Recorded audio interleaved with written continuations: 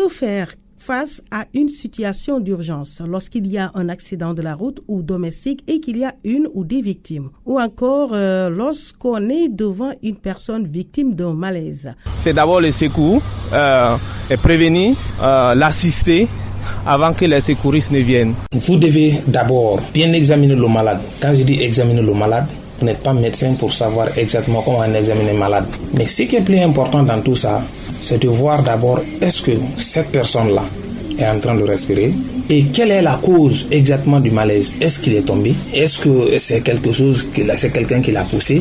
Et s'il fait un malaise brusquement, la meilleure des choses, si vous avez une formation à la base, c'est de faire une réanimation. On vous donne les réponses dans ce numéro avec l'aide de Saher Sarr, chargé de la formation et du renforcement des capacités à la Croix-Rouge Sénégal. Bonjour, M. Sarr. Bonjour, madame. Nous serons avec Dr Adama Konaté, médecin urgentiste guinéen. Le prétexte de cette émission, la Journée mondiale des premiers secours ou du secourisme célébrée ce 12 septembre comme chaque année. Et dans la deuxième partie, nous parlerons de la santé bucco-dentaire avec Dr Noël Albert Akondé, président de l'Association des chirurgiens dentistes sénégalais. Pourquoi une journée mondiale des premiers secours? Eh bien, c'est pour mieux comprendre le rôle crucial des premiers secours tant dans la vie courante que dans les situations d'urgence. C'est pour sensibiliser et surtout sauver des vies, nous dit le Comité international de la Croix-Rouge et du Croissant-Rouge CICR, une organisation justement connue dans ce domaine. Les premiers secours sauvent. Saher Sarr, le chargé de la formation et du renforcement des capacités à Croix-Rouge Sénégal, et Dr Adama Konaté, urgentiste guinéen. Avant de vous écouter, testons un peu les connaissances des citoyens. Écoutons ceux-là. Ils sont de la Côte d'Ivoire et du Togo. Je suis M. Nébier, Ouama Bernard. Tout d'abord, les premiers soins, c'est de le secourir en tant que c'est un accident. Un accident, c'est d'abord le secours, et prévenir, l'assister avant que les secouristes ne viennent. L'assister, c'est-à-dire, ils sont des positions où il faut le mettre dans une position pour éviter l'hémorragie interne. Ils ont des positions que les sapeurs-pompiers adoptent. En voyant souvent les sapeurs-pompiers, même pas peut-être la formation, mais on peut les assister en les mettant sur des positions. En tant que je suis un chauffeur, je connais à peu près la position dans laquelle il faudrait le positionner le temps que les secouristes ne viennent. Moi, je ne suis pas médecin, donc je ne suis pas du corps. En cas d'accident, ce que je peux faire, c'est d'appeler les secours, c'est tout. Moi, je me nomme Sissé Falikou. Bon, selon moi, pour un accidenté, quelqu'un qui vient de faire un accident, peut-être il est dans sa voiture d'un premier temps, peut-être c'est pour le faire sortir de la voiture, puis dégager un périmètre pour que le vent puisse le siffler, pour que, avant l'arrivée des ambulanciers. Je me nomme Monsieur Adjiri Pierre Claver. D'abord, il faut aller vers la personne et puis essayer de voir si peut-être il a une fracture. Là, on peut peut-être bander ou bien... Parce qu'en temps normal, même pour prendre soin d'un malade ou d'un accidenté, il faut connaître un peu la position, comment faire pour placer le malade. Parce qu'il y a les formations qu'ont fait les gars de Croix-Rouge là. Bon, moi, je ne connais pas. Moi, je ne suis pas formé pour ça. Donc, je vais faire ce qu'il peut faire. Si peut-être il doit le placer, s'il saigne par son pied, s'il doit bander son pied, c'est ce que moi je peux faire, c'est là. Sinon, en temps normal, pour secourir quelqu'un, il faut apprendre la formation, peut-être chez les Croix-Rouges, pouvoir secourir un accidenté. C'est Monsieur Assou Valentin. Ce que les passagers doivent faire, ils doivent s'arrêter et prendre la personne, s'occuper de la personne d'abord avant que les pompiers n'arrivent. À part ça, encore d'autres. Tu vois, ici, moi, en tout cas, moi, je suis un étranger, je suis un Togolais. Mais là, ici, chez nous, au Togo, quand un accident se passe, quelle que soit des voitures, n'importe quelle voiture qui le prend pour aller à l'hôpital immédiatement. Mais ici, c'est un autre cas. C'est-à-dire, on attend, les gens des pompiers vont venir d'abord, et s'ils sont quittés loin ou bien s'ils sont pas en place, ils vont venir d'abord pour constater, pour voir, et la personne est sur goudron chaud d'abord. Ils savent pas, ils vont faire leurs mesures, on dit, bon, l'homme là, la carte s'assoit d'abord, ils vont tracer tout ça là. Donc, je demande pardon aux pompiers. Si il n'a qu'à prendre leurs responsabilités, s'il y a un accident, il n'a qu'à s'occuper de nous vite. Plusieurs questions après ce micro-trottoir, chers invités. Les réponses d'abord avec vous, Saher Sarr. Bonjour. Bonjour, madame. Que faut-il comprendre d'abord par premier secours? Premier secours, c'est les gestes qu'il faut administrer à une personne qui est en détresse avant l'arrivée des secours spécialisés ou bien avant son évacuation.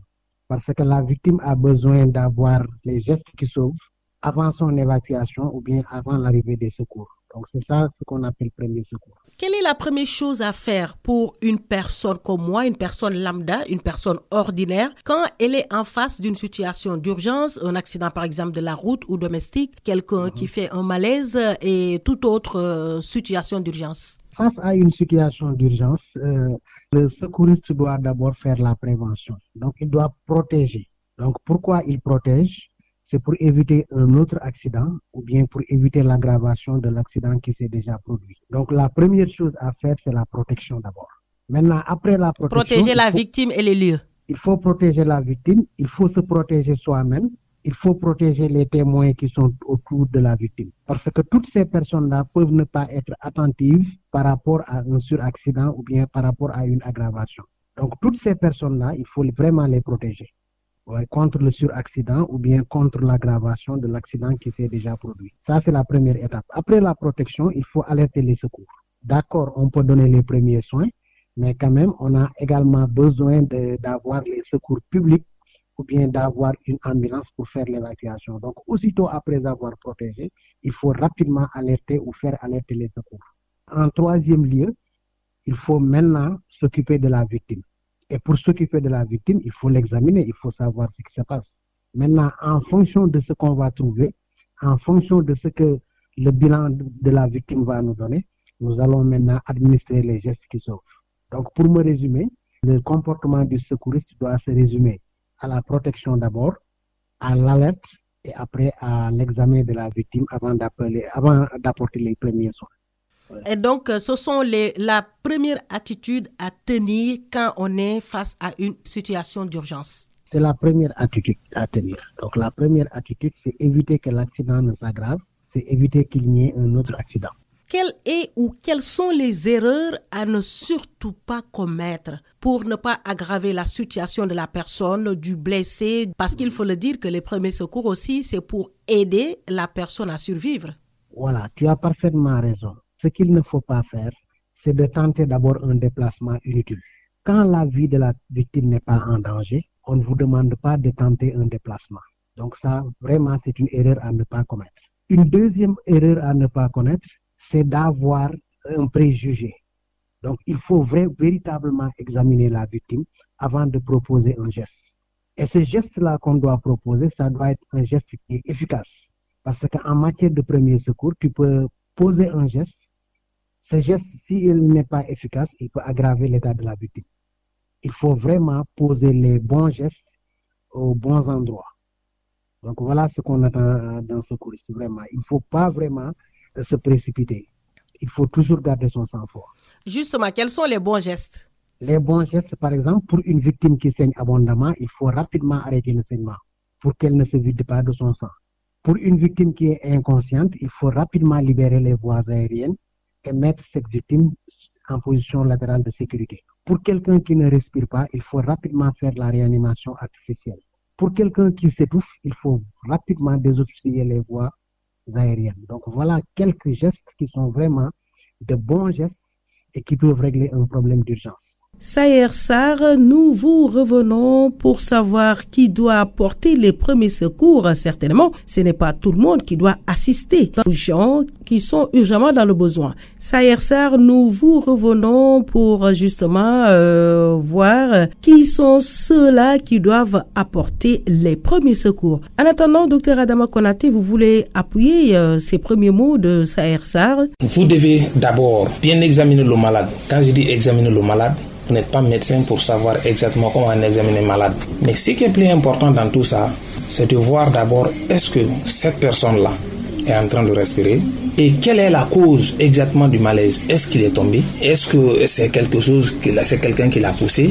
Et s'il fait un malaise brusquement, la meilleure des choses, si vous avez une formation à la base, c'est de faire une réanimation. Et cette réanimation qu'on appelle, il y a quelque chose qui est à le B.A.B.A, c'est-à-dire que le niveau bas, vous commencez d'abord à faire le massage cardiaque de la personne pour pouvoir le sauver. Bon, mais même cette massage cardiaque, Il y a la méthode pour le faire. Et si on ne sait pas la méthode, c'est un peu difficile. Les points focaux, il s'agit d'abord de faire le massage cardiaque de la personne. Et ensuite, ce qu'on appelle l'insufflation. Cette insufflation, ça se fait bouche à bouche. Vous mettez votre bouche à la bouche de la personne en insufflant dedans pour, en quelque sorte, exciter les poumons, envoyer de l'air dans les poumons. Et en même temps, lorsque vous faites le massage cardiaque, dans le cas d'un arrêt cardiaque brutal, il se pourrait que le cœur reprend ses activités dans un bref délai. Mais le plus important, c'est toujours avoir une formation de base. Parce que même cette insufflation, il y a aujourd'hui des conséquences. Parce que vouloir faire l'insufflation à un malade bouche à bouche, vous ne savez pas, est-ce que c'est pas cette personne qui a fait le malaise que vous êtes en train d'aider? Est-ce qu'il y a d'autres infections? Ça peut être des hépatites et autres. Donc vous risquez de vous exposer. Donc le mieux, c'est, si c'est un arrêt cardiaque, vous faites le massage cardiaque en faisant le bouche à bouche. D'autres vous diront il faut avoir une serviette pour pouvoir séparer, pour ne pas que le liquide biologique s'échange, d'accord? Mais la bonne manière, c'est avoir le réflexe de référer le malade le plus tôt que possible dans une structure plus proche. Docteur, alors, lors d'un accident, s'il s'agit d'un membre inférieur, d'un pied, d'un genou qui est coincé, quelle attitude tenir? Ce qu'il faut faire lorsque c'est la jambe qui est cachée, par exemple, il faut immobiliser. Pour l'immobiliser, vous prenez un simple carton, vous essayez de mettre le pied dedans et essayez d'attacher un peu pour que le pied puisse rester sur une ligne droite, pour ne pas que les os qui sont cassés essaient de léser un vaisseau.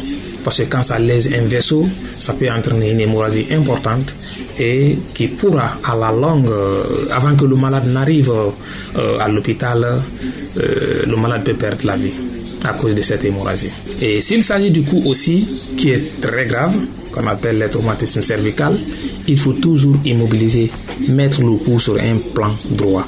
Même si vous avez un carton, vous essayez d'adapter un carton au cou. Et quand vous adaptez, vous essayez de serrer un peu pour ne pas que ça lâche. Là, le cou va rester sur une position.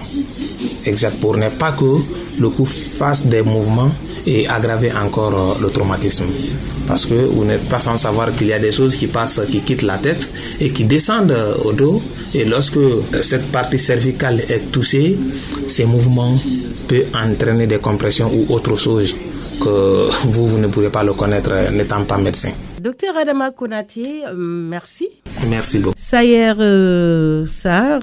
Alors, ces premiers secours, est-ce que tout le monde est à même de le faire? Est-ce que tout le monde peut faire ces premiers secours? Oui, normalement, quand quelqu'un a des compétences et il est le premier témoin, il peut faire le geste quand même.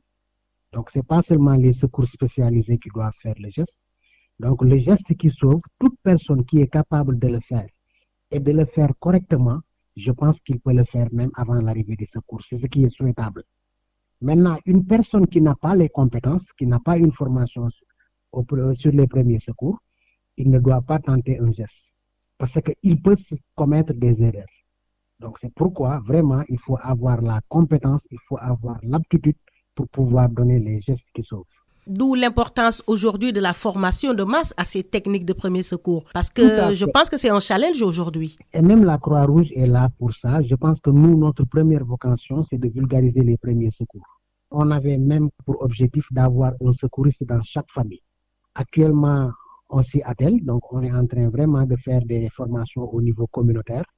On est également en train de faire des formations dans certaines écoles, dans des instituts, etc. Donc, vraiment, on est en train de vulgariser les premiers secours au niveau de la communauté. Est-ce que ces formations sont gratuites? Parce qu'il faut le rappeler, cette journée des premiers secours ou du secourisme a été justement initiée par la Croix-Rouge internationale. Est-ce que ces cours sont gratuits, etc.? Oui, les formations peuvent être gratuites comme elles peuvent être aussi payantes. Ça dépend de la cible. Par exemple, quand on est en entreprise, la formation est payante. C'est l'entreprise qui paye la formation. Quand on est au niveau des structures aussi qui sont organisées, bon, ce sont ces structures qui prennent en charge les formateurs. Maintenant, si c'est au niveau communautaire, où vraiment le besoin est là, c'est nous qui allons vers les communautés pour leur faciliter la maîtrise des compétences. Et dans ce cas, nous organisons des formations, des sensibilisations gratuitement pour la communauté. Donc, quelquefois, on est obligé de payer parce qu'on est dans une structure. Quelquefois aussi, c'est la Croix-Rouge qui va vers vous, qui a besoin de volontaires et qui forme ces volontaires en premier secours pour être à la disposition des populations. Saher Sarr, il faut le rappeler, le monde célèbre aujourd'hui la journée des premiers secours. Vous êtes formateur de la Croix-Rouge. Qu'avez-vous envie de dire? Quel message avez-vous envie de laisser à tous ceux-là qui nous écoutent? Tout le monde a le droit d'être formé au premier secours. Tout le monde également a le devoir de faire une formation au premier secours. Parce qu'on ne sait pas quand est-ce qu'un accident va arriver. Et on est souvent entre deux postures. Soit on est la victime ou bien on est le témoin. Quand on est le témoin, vraiment, on doit pouvoir faire un geste pour vraiment sauver une personne qui en a besoin. Donc, le message que je donne, la formation au premier secours, c'est une formation qui est destinée à tout le monde. Même les enfants doivent faire la formation au premier secours. Les adultes, les femmes, les hommes. Et quelle que soit la qualification professionnelle de l'individu, quel que soit son niveau intellectuel, même s'il est analphabète, il doit pouvoir faire la formation au premier secours. Voilà le message que je lance. Donc, c'est une formation qui est ouverte à tout le monde. Saher Sarr, merci beaucoup. Voilà, je vous remercie, madame. Vous êtes toujours dans votre émission Capital Santé. Merci de nous recevoir chez vous. Le deuxième sujet du jour, la santé bucco-dentaire. Et ici avec vous, Dr Noël Albert Akondé, président de l'Association des chirurgiens dentistes sénégalais. Bonjour, Dr Akondé. Bonjour, je vous remercie de votre visite. Dites-nous, prenons-nous bien soin de notre bouche et de nos dents, vous qui êtes au contact permanent avec les populations? Je vous dirais pas tout à fait oui. Les populations ne prennent pas vraiment soin de leur bouche, puisque la dernière prévalence, d'après l'enquête de 2016, donne une prévalence de 76% de caries dentaires dans la population sénégalaise. Cela fait longtemps, cette enquête. Et vous parlez justement de la carie dentaire qui est souvent associée aux enfants, alors que tout le monde peut en être victime, c'est ça? Tout à fait. Pour les enfants en âge scolaire, nous notons environ 72% de prévalence. Mais pour les adultes, c'est 99%. C'est-à-dire que pratiquement tous les Sénégalais adultes présentent une carie dentaire en bouche. Et pourquoi? Mais à l'origine, c'est d'abord notre alimentation et les précautions qui ne sont pas vraiment bien prises. Alors, j'ai l'habitude de dire que nos dents doivent être considérées comme des bijoux. Nous devons les préserver et faire en sorte que la carie ne les attaque pas, en prenant des mesures de précaution que le dentiste a l'habitude de donner à ses patients. Alors, ces mesures sont très simples. C'est se brosser quotidiennement les dents avec une brosse dentifrice, de préférence fluorée, et cela 3 fois par jour après chaque repas. Et en allant du rose vers le blanc, c'est-à-dire de la gencive vers la dent. Et ce brossage doit prendre au moins 3 minutes. À défaut de brosse, on peut très bien utiliser le frotte-dents, qu'on appelle le sochu. Mais avant d'utiliser ce sochu, ce que nous recommandons, c'est de bien mâcher l'extrémité avant d'utiliser pour ne pas agresser votre gencive. Et ce sochu peut être utilisé comme une brosse en allant toujours de la gencive vers la dent. Ensuite, il faut visiter son dentiste au moins une fois tous les 6 mois. Avons-nous raison, docteur, de se rendre chez le dentiste uniquement quand on a mal? Oui, malheureusement, c'est l'habitude ici au Sénégal. On ne va chez le dentiste que lorsque la carie est déjà installée. Or, la carie a plusieurs stades. Il y a le stade 1 lorsque c'est la première couche qui est atteinte, l'émail. Le stade 2, c'est la deuxième couche. Vous commencez à avoir quelques signes. Et le 3e degré, c'est lorsque la pulpe est atteinte, c'est-à-dire le nerf est atteint, et là, nous commençons à avoir des douleurs continues. Et c'est en ce moment, généralement, que le patient se présente au cabinet dentaire. Vous voyez que c'est déjà très avancé. En ce moment, on est obligé de désensibiliser la dent, de faire un traitement canalaire, reconstituer la dent. Or, s'il venait au stade 1, c'est beaucoup plus simple, le traitement est beaucoup plus court, il n'est pas douloureux, il coûte moins cher. Et que se passe-t-il quand on sent des douleurs lorsqu'on se brosse les dents? Alors, si l'on ressent des douleurs après le brossage, ça, ce sont des sensibilités dentaires. Généralement, c'est chez les adultes, c'est dû à une usure de la dent l'épaisseur de l'émail a diminué et nous commençons la seconde couche est exposée. Et dans la seconde couche, qui est la dentine, il y a des prolongements nerveux qui perçoivent la douleur. Et c'est pourquoi nous avons des sensibilités. Mais cela se traite encore en voyant le dentiste. Il y a des précautions à prendre, il y a un traitement qui peut se faire. Parler de la santé de la bouche et des dents, c'est aussi faire attention à beaucoup de choses, n'est-ce pas, docteur Akondé? Alors, qu'est-ce qu'il faut éviter pour ne pas faire du mal aux dents et à la bouche? Alors, ce qu'il faut éviter, c'est surtout au niveau de l'alimentation. Éviter les aliments trop sucrés, éviter de boire chaud et boire froid tout de suite, ces variations de température, éviter d'aller au lit sans se brosser les dents, éviter de manger des aliments pâteux, sucrés qui restent collés aux dents. Et si on passe à en empêcher, mais il faut tout de suite se brosser les dents après avoir mangé quelque chose de sucré. Chez l'adulte, la dent s'use. La dent s'use, à force d'être utilisée pendant des années, elle s'use. Il y a les structures qui s'affaiblissent, l'émail se range petit à petit. Donc, elle est plus susceptible à la carie dentaire. L'enfant, il résiste encore plus parce que la dent, elle est encore plus robuste.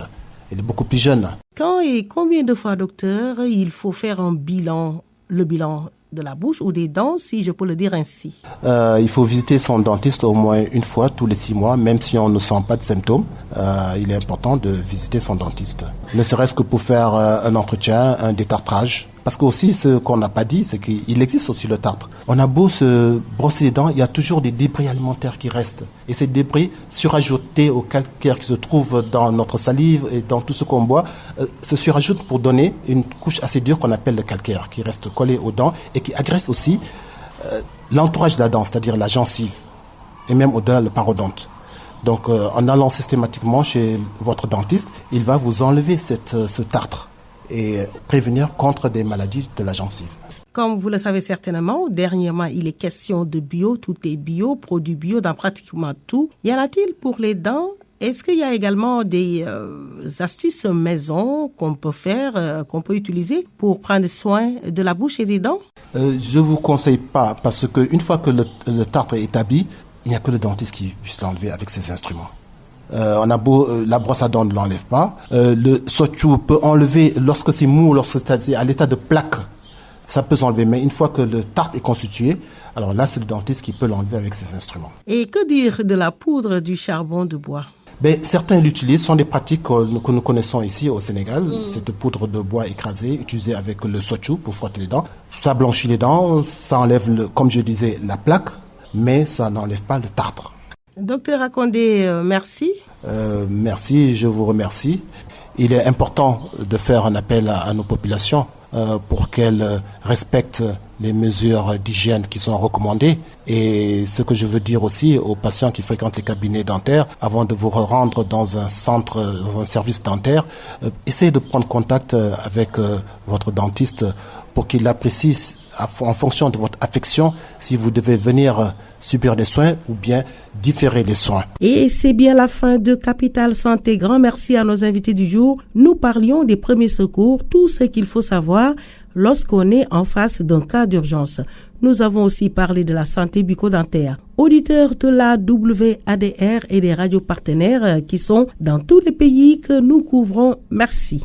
Retrouvez cette émission si vous le souhaitez sur notre site wadr.org. Je suis Essouli Diédiou et c'est toujours un plaisir de vous avoir à l'écoute de la bande FM 94.9 et en live. À très vite, fidèles de la WADR et du Capital Santé.